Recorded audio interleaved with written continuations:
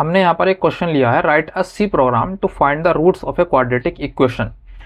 मतलब कि एक क्वाड्रेटिक इक्वेशन की वैल्यूज़ को हम एंटर कराएंगे अपने प्रोग्राम में, और एक सी प्रोग्राम हम ऐसा बनाने वाले हैं जिससे कि हमें उसके रूट्स मिल जाएंगे, क्या रूट्स इसके आएंगे। क्वाड्रेटिक इक्वेशन आपको मालूम होगा कैसी होती है, A X square plus B X plus C equals to 0। Condition क्या है कि ए की वैल्यू यहाँ पर 0 नहीं होनी चाहिए, ठीक। तो इस तरह की कुछ इक्वेशन होगी और उसके हम यहाँ पर रूट्स फाइंड करेंगे। सबसे पहले अगर हम प्रोग्राम कोई भी लिखने वाले हैं, सी प्रोग्राम या फिर किसी भी प्रोग्रामिंग लैंग्वेज का, तो सबसे पहले हमें कीबोर्ड पे डायरेक्ट नहीं टूट पड़ना है कि मतलब एकदम से हम कंप्यूटर स्क्रीन पे जाएं और कीबोर्ड से टाइप करना शुरू कर दें। सबसे पहले आप उसके मैथमेटिक्स कॉन्सेप्ट को समझिए। मैथमेटिक्स कॉन्सेप्ट कैसे काम करता है सी प्रोग्राम में, मतलब सी प्रोग्राम तो आप बनाएंगे, बनाने के बाद कंप्यूटर्स मतलब समझ जाएगा कि आप क्या लिखना चाह रहे हैं, लेकिन आपको खुद को तो मालूम होना चाहिए कि इसका लॉजिक रियल में कॉपी और पेन पर कैसे काम करता है। मतलब अगर हम कॉपी पेन से उस लॉजिक को समझें तो वो कैसे काम करता है। बाद में उस कॉन्सेप्ट को हम उस लॉजिक को प्रोग्रामिंग लैंग्वेज के अंदर इंप्लीमेंट करके कंप्यूटर को समझा देंगे कि भाई ऐसे ऐसे कैलकुलेट करनी है चीज़ें। लेकिन खुद को हमें मालूम होना चाहिए कि एक क्वाड्रेटिक इक्वेशन अगर हमारे पास दी हुई है तो उसके रूट्स हम कैसे फाइंड करेंगे। बाद में हम प्रोग्राम को समझा देंगे, सी प्रोग्राम को। सबसे पहले मैंने बताया आपको कि let A X square plus B X plus C, ये हमारे पास एक क्वाड्रेटिक इक्वेशन है। एक होता है discriminant, D equals to B square minus 4ac, उसकी वैल्यू होती है सबसे पहले।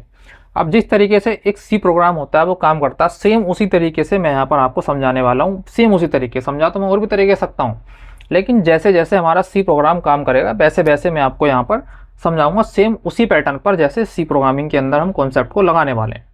तो D equals to B square minus 4ac हमारा आ गया, ठीक। ये हमारी मेन चीज़ है, जो हमारा पैटर्न चलेगा, पूरा कॉन्सेप्ट चलेगा इस प्रोग्राम का, वो इस वाली चीज़ पर ही, इस वाले फॉर्मूले पर ही चलेगा, D equals to B square minus 4ac। अब इसकी भी तीन कंडीशन होती है हमारे पास। इसको क्या बोल नाम, सबसे पहले मैं आपको इसका बताता हूँ। इसका नाम है डिस्क्रिमिनेंट। डिस्क्रिमिनेंट इसको हिंदी में बोलते हैं विविक्त कर, विविक्त कर, डिस्क्रिमिनेंट।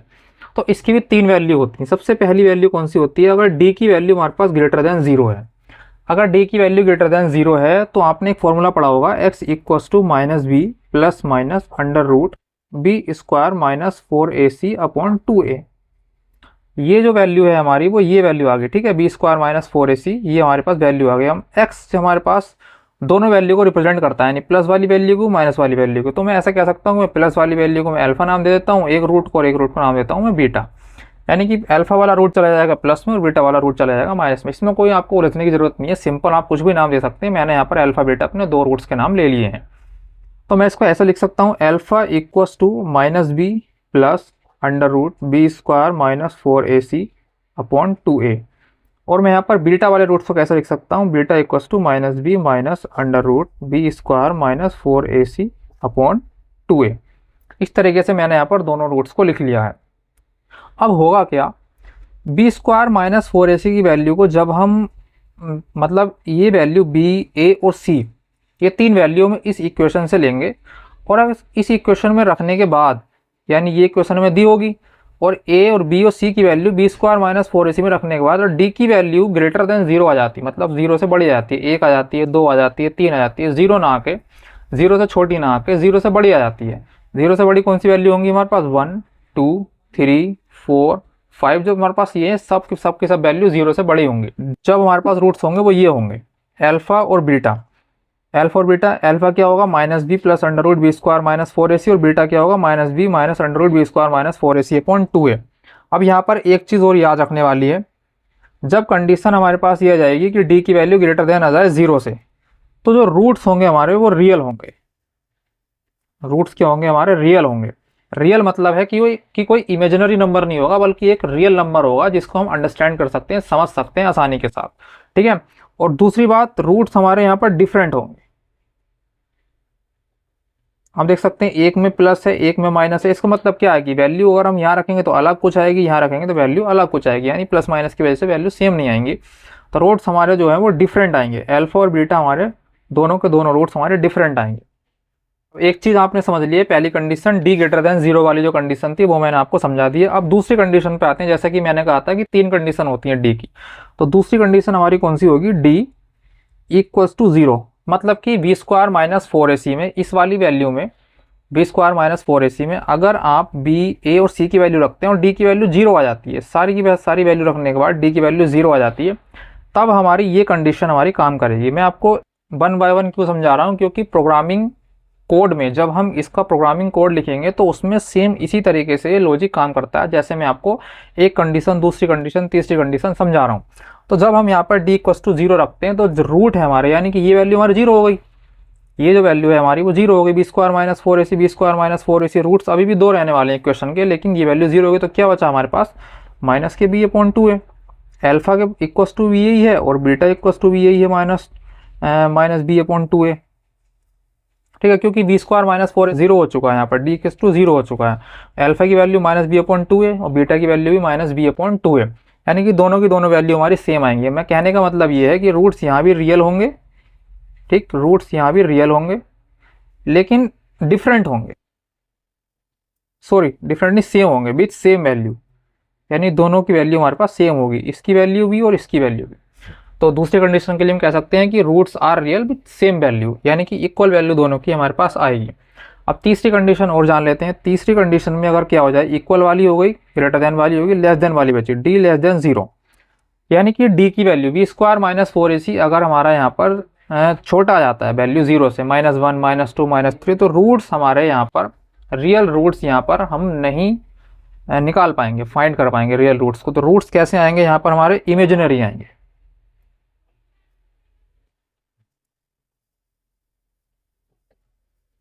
तो रूट्स कैसे आएंगे यहाँ पर हमारे पास, इमेजिनरी आएंगे। तो ये 3 कंडीशन हमने समझ ली है। अब हमने यहाँ पर ये तो समझ लिया है कि कौन कौन सी कंडीशंस है। पहली कंडीशन समझ ली डी ग्रेटर देन जीरो, दूसरी कंडीशन समझ ली हमने डी इक्वल्स टू जीरो, और तीसरी कंडीशन हमने समझ ली डी लेस देन जीरो।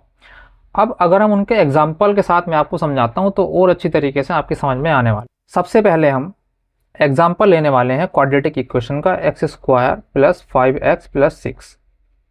ठीक, ये क्वाड्रेटिक इक्वेशन है और ये पहली वाली कंडीशन के अकॉर्डिंग हम करेंगे, यानी कि डी ग्रेटर देन जीरो वाली जो कंडीशन मैंने आपको भी समझाई थी, यहाँ पर डी ग्रेटर देन जीरो वाली कंडीशन, जहाँ पर हमारे पास 2 रूट्स आ रहे थे अल्फा और बीटा, इसको हम देखेंगे कि रूट्स रियल आएंगे और डिफरेंट आएंगे। और सेम उसी तरीके से हम इन एग्जाम्पल्स को उठाकर लगा देंगे कहाँ पर, प्रोग्रामिंग लैंग्वेज में।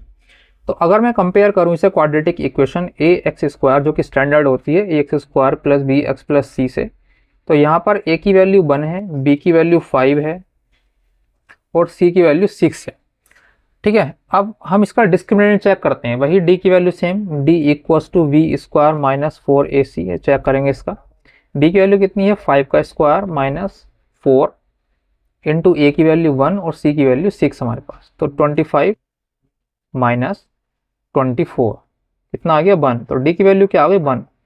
ये हमारी पहली वाली कंडीशन जो है, अगर हम पीछे की तरफ देखें तो ये डी इक्वल्स टू 1 है। कहने का मतलब ये है कि डी ग्रेटर देन आया है जीरो से, क्योंकि 1 आया है जो कि जीरो से बड़ा है।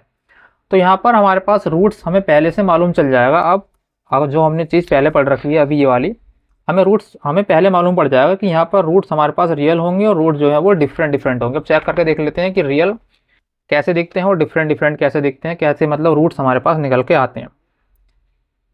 चेक करके देख लेते हैं। फॉर्मूला हमारे पास है x equals to minus b, alpha beta करके बाद में इसको डिवाइड, बाद में इसको हम सेपरेट कर देंगे। अभी फिलहाल एक्स रख लेते हैं। X equals to minus B plus minus under root B square minus 4ac upon 2a। ठीक है, तो माइनस बी की वैल्यू कितनी है, -5 plus minus 5 square minus 4 into A की वैल्यू कितनी है 1 और सी की वैल्यू कितनी है 6। डायरेक्ट हालांकि मैं यहाँ पर वैल्यू रख सकता था 1 डी की, लेकिन फिर भी सोल्व कर रहा हूँ। डी इक्वल्स टू 1 और 2 मल्टीप्लाई 1, तो अब रख लेते हैं -5 प्लस माइनस अंडर रूट में 1 आने वाला है अपॉन 2, क्योंकि यहाँ पर 1 आ गया था। ठीक है, तो -5 प्लस माइनस सेम भी हो जाएगा, तो एक वैल्यू ले लेते हैं हम अलग अलग, -5 प्लस अंडर रूट 1 अपॉन 2, दूसरी value -5 minus under root 1 upon 2। ठीक, तो अंडर रूट 1 की वैल्यू वही होने वाली है, तो -5 प्लस 1 -5 + 1/2, कुछ कन्फ्यूज़न ना हो, स्टेप्स बाय स्टेप्स को लेके चलते हैं, एक स्टेप भी हम नहीं छोड़ेंगे। -5 - 1/2 तो -4/2 और -6/2। इस तरीके से दो वैल्यू हमारे पास आ गई हैं और ये हो जाएगा हमारे पास -2 और ये हो जाएगा हमारे पास -3। यानी अगर मैं इनको सेपरेट कर दूं तो अल्फ़ा की वैल्यू -2 आ गई है और बीटा की वैल्यू हमारे पास -3 आ गई है। दो वैल्यू हमारे पास आ चुकी हैं, -2 और -3। ये हमने देखा है पहली वाली कंडीशन का एग्जांपल, यानी कि d > 0 वाले का। दूसरा वाला जो हमारा पॉइंट था, यानी दूसरी वाली कंडीशन जो थी वो थी d = 0 की।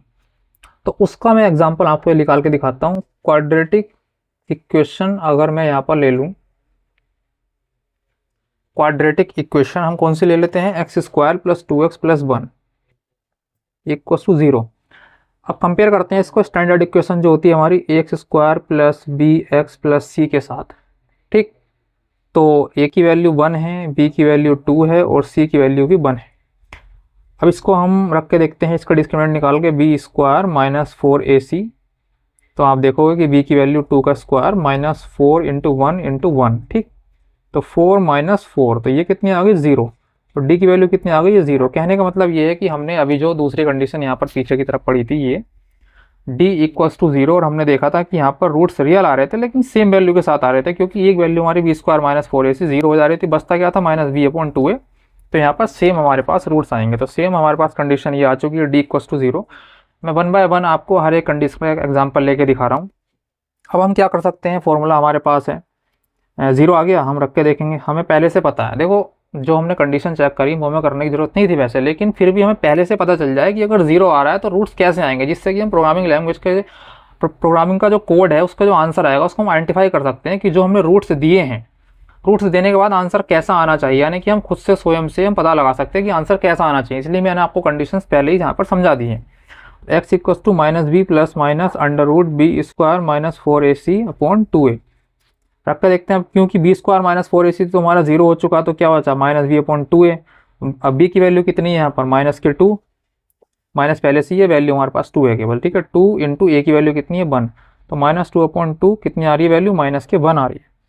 ठीक, अल्फा की वैल्यू भी यही है और बीटा की वैल्यू भी यही है, क्योंकि हमने दोनों के लिए पता है कि 0 है तो दोनों वैल्यू हमारे रूट जो है वो सेम आएंगे इस तरीके से।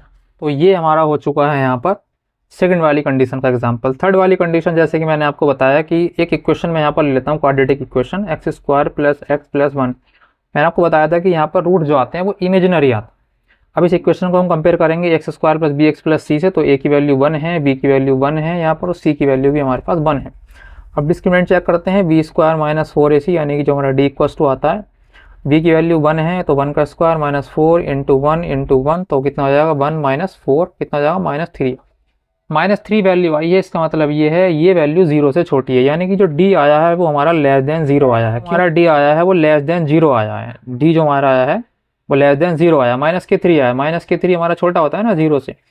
तो यहाँ पर रूट्स हमारे इमेजिनरी आने वाले हैं। इसका मतलब क्या हुआ, रूट्स हमारे यहाँ पर इमेजिनरी आने वाला है। इस पार्ट्स को अभी हम छोड़ देंगे, that means roots are imaginary.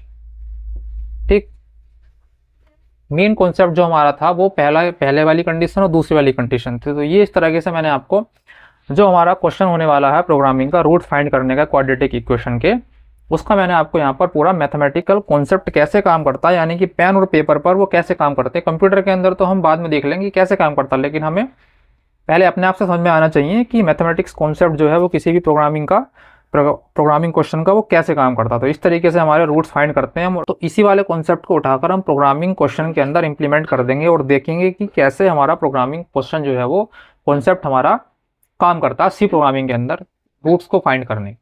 अब देखो, जो हमने यहाँ पर अभी मैथमेटिक्स कॉन्सेप्ट पढ़ा है, मैंने यहाँ पर लिखा है this mathematics concept, now C program of this mathematics concept. ठीक है, दिस से मेरा यहाँ मतलब है जो हमने अभी यहाँ पर मैथमेटिक्स कॉन्सेप्ट पढ़ा है, कौन सा वाला, ये वाला कॉन्सेप्ट क्वाड्रेटिक इक्वेशन का हमने भी पेन पेपर पर पढ़ा है ना कॉन्सेप्ट। इसी वाले कॉन्सेप्ट को मैंने यहाँ पर प्रोग्रामिंग क्वेश्चन के अंदर, सी प्रोग्राम के अंदर यहाँ पर इंप्लीमेंट कर दिया है। तो देखो फायदा क्या होगा, अब हमें समझ में आ चुका है कि मैथमेटिक्स कॉन्सेप्ट हमारा कैसे काम कर रहा है, तो हम इजीली समझ जाएंगे कि हमारा जो प्रोग्रामिंग का क्वेश्चन है वो कैसे काम कर रहा है। तो यहाँ पर मैंने सबसे पहले वही बेसिक है सी प्रोग्रामिंग का, include standard input output dot H console input output, हमने यहाँ पर मैथ डॉट एच ले लिया है, क्योंकि हम यहाँ पर रूट का इस्तेमाल कर रहे हैं, स्क्वायर रूट का। ठीक है, अब हम देखते हैं वॉइड में मैंने इसके बाद लगाया और फ्लोटिंग वैल्यू हम लेके चल रहे हैं यहाँ पर, क्योंकि वैल्यू हमारी पॉइंट में भी आ सकती है। तो ए बी सी हमारे यहाँ पर 3 वैल्यू होती हैं क्वाड्रेटिक इक्वेशन के अंदर। ए बी सी तो हमने यहाँ पर ये ले लिए ए बी सी, और डी हमने ले लिया यहाँ पर हमारा जो डिस्क्रिमिनेंट था √1 और √2 हमने यहाँ पर ले ली, जो हमारे पास आएंगे निकल कर। एक मैसेज प्रिंट करा लेंगे। सबसे पहले हम enter the value of a b and c from quadratic equation. ठीक है, जो क्वाड्रेटिक इक्वेशन हमारे पास है, कौन सी वाली, कोई सी भी हो सकती है, हमने यहाँ पर जो सोल्व करी है एग्जांपल के साथ, इन्हीं को आप टेस्ट कर सकते हैं लैपटॉप के अंदर, इस प्रोग्राम को लिखकर या कंप्यूटर के अंदर लिखकर इन्हीं वाले एग्जांपल को आप टेस्ट कर सकते हैं। ठीक, क्वाड्रेटिक इक्वेशन से हम यहाँ पर वैल्यू को उठा लेंगे और यहाँ पर उसको एंटर करा देंगे। स्कैन करा के हम %f ये हमने ले लिया, क्योंकि हमने यहाँ पर फ्लोटिंग वैल्यू ली है। एड्रेस से एड्रेस भी एड्रेस से ले लिया हमने यहाँ पर, जो वैल्यूज को हम एंटर करा रहे हैं। उसके बाद सबसे पहले मैंने आपको बताया था, जब मैंने क्वेश्चन स्टार्ट करा था, आपको वीडियो स्टार्ट करी थी, कि b² - 4ac एक मेन रोल प्ले करता है यहाँ पर डिस्क्रिमिनेंट। ठीक है, यही हमें बताता है कि हमारा कौन सी वाली कंडीशन हमें इंप्लीमेंट करनी चाहिए। तो b² - 4ac वैल्यू आपकी प्रिंट हो गई, वैल्यू आपकी स्कैनफ के द्वारा आपने एंटर करा ली। उसके बाद आपने फॉर्मूला लगाया b × b - 4 × a × c, और यहाँ पर मैंने ये लगा दी सेमीकोलन। ठीक है, तो यहाँ पर ये फॉर्मूला चेक करेगा कि डी की वैल्यू क्या आएगी। ठीक है, डी की वैल्यू आने के बाद डी की वैल्यू इसमें रखी जाएगी, यानी कि इस फॉर्मूले से डी की वैल्यू निकल के आएगी और वो वैल्यू हमारी यहाँ पर रखी जाएगी। अगर वो वैल्यू d > 0, जैसे कि मैंने आपको बताया 1 आ जाए 2 आ जाए, तो हमारी ये वाली जो कंडीशन है वो ये रन कर जाएगी। ठीक, मान लो अगर डी की वैल्यू ग्रेटर नहीं आती 0 से, अगर वैल्यू आती है बराबर 0 के, तो ये वाली जो हमारी कंडीशन है वो यहाँ पर ऐसी की ऐसी रखी रहेगी। इसका मतलब कुछ नहीं होगा। अगर वैल्यू ग्रेटर देन ना आके इक्वल आ जाती है, तो हमारी ये वाली कंडीशन रन कर जाएगी, d = 0। अब मान लो दोनों कंडीशन में से कोई सी नहीं आती, ना ही d की वैल्यू 0 आती है, ना ही d की वैल्यू बड़ी आती है 0 से, तो ऑटोमेटिकली हमारा एक मैसेज प्रिंट हो जाएगा कि भैया रूट्स हमारे जो है वो इमेजिनरी है। तो थोड़ा सा हम यहाँ पर नया मान लेते हैं। तो अगर हमारी d की वैल्यू ग्रेटर आती है 0 से, तो roots are real with different values. ये चीज़ मैंने आपको बता दी पहले कि मैसेज प्रिंट हो जाएगा ऑटोमेटिकली, क्योंकि हमें पता है कि डी की वैल्यू, हमने यहाँ पर देखा है कि डी की वैल्यू अगर 0 है तो रूट हमारे रियल होते हैं पर डिफरेंट वैल्यूज आती हैं। ठीक है, तो रियल हमारे वास्तविक रूट होंगे यहाँ पर, और डिफरेंट वैल्यू मतलब कि भिन्न भिन्न हमारे पास वैल्यूज यहाँ पर आएंगी। तो सेम वही चीज़ जो हम x = -b + -√b² - 4ac/2a वाला फॉर्मूला इसके अंदर इंप्लीमेंट कर रहे थे, जब हमने अभी मैथमेटिक्स का क्वेश्चन अभी सोल्व किया था, सेम उसी तरह से उस वाले फॉर्मूले को प्रोग्रामिंग के अंदर इस तरीके से लिखा जाता है। माइनस भी आपने लिख दिया, प्लस का आपने एक सेपरेट, प्लस को और माइनस को दोनों सेपरेट कर दिया। स्क्वायर रूट आपको लिखना पड़ता है, क्योंकि आप स्क्वायर रूट लगा के b² - 4ac लिखते हैं ना, तो b² - 4ac किसके अंडर में आता है, d के अंडर में आता है, क्योंकि d = b² - 4ac होता है। तो डायरेक्ट हमने ये वाली वैल्यू ना लिख के यहाँ पर ये d लिख दिया डायरेक्ट। ठीक है, ये d वाली वैल्यू हमारी कहाँ से उठ जाएगी, वो यहाँ से उठ जाएगी b² - 4ac से। यहाँ से ये प्रोग्राम इस वैल्यू को फैच करेगा और यहाँ पर लगा चेक करेगा अपॉन 2a, सिंपल वही होता है, फिर सेमीकोलन लगा दिया। सेम पहला रूट चेक हो गया, दूसरा रूट -b - स्क्वायर रूट, फिर हमारे पास वही 2a और printf, और जो भी हमारे पास √1 और √2 आएंगे उनकी वैल्यू हमारे पास प्रिंट हो जाएगी सिंपल स्क्रीन पर। तो √1 प्रिंट कराने के लिए इस तरह से लिखेंगे, √1 = %f r1 हमारा प्रिंट हो जाएगा, √2 प्रिंट कराने के लिए %f r2 हमारा प्रिंट हो जाएगा। अगर आपको दोनों को मतलब अलग अलग ना लिख के आप इसको एक मैसेज के अंदर भी डाल सकते हैं, ठीक, वो भी आप कर सकते हैं, लेकिन बेसिक मतलब तरीका यही लिखने का कि आपने r1 अलग लिखा और r2 आपने अलग लिखा, तो अंडरस्टैंडिंग मतलब समझ में अच्छा आता है। और दूसरी कंडीशन पे आते हैं, d = 0, जब आप इक्वल की कंडीशन लगाते हैं प्रोग्रामिंग के अंदर, सी प्रोग्रामिंग के अंदर, तो यहाँ पर आपको डबल = देना पड़ता है। ठीक है, एक = अगर आप देंगे तो वो असाइन हो जाती है वैल्यू, तो डबल = मतलब ये है कि ये = है, बराबर में चेक करेगा कंडीशन को कि ये बराबर इसकी वैल्यू है या नहीं है। मैसेज प्रिंट करा देंगे, roots are real with equal और सेम वैल्यूज, क्योंकि हमें पहले से पता है कि वैल्यू अगर जो हमारे पास डिस्क्रिमिनेंट है वो 0 अगर आता है तो रूट्स हमारे रियल तो होते हैं लेकिन वैल्यू हमारी सेम आती है, क्योंकि -b/2a एक ही वैल्यू हमारे पास बसती है वहाँ पर, -b/2a -b/2a सेम वैल्यू दोनों की हमारे पास अलग अलग ना करके सेम इस तरीके से हम रूट को यहाँ पर प्रिंट करा सकते हैं। √1 = %f, तो √1 हमारा यहाँ पर प्रिंट हो जाएगा, एंड रूट तो हमारे पास %f और रूट तो हमारा यहाँ पर प्रिंट हो जाएगा, और ये हमारे पास r1 r2 जो हमने ये कंडीशन दे रखी थी मैसेज प्रिंट कराने का सी में, ये है तरीका। एल्स के अंदर दोनों कंडीशन हो गई हमारी, ग्रेटर देन हो गई, इक्वल टू हो गई। एल्स के अंदर हमने दे दिया सिंपल रूट्स आर इमेजिनरी, ठीक, खत्म बात। ये कंडीशन भी नहीं आती है, इक्वल टू 0 वाली, ग्रेटर देन 0 वाली नहीं आती है, तो रूट्स हमारे पास इमेजिनरी है। इमेजिनरी को मतलब कैसे देखते हैं, कैसे इसको एक प्रोग्रामिंग कॉन्सेप्ट के अंदर इंप्लीमेंट करते हैं, वो सब बाद में देखेंगे, लेकिन बेसिक तरीका मैंने आपको रूट्स निकालने का यहाँ पर सिखा दिया और गेट चीज लगा के स्क्रीन से हम बाहर आ जाएंगे।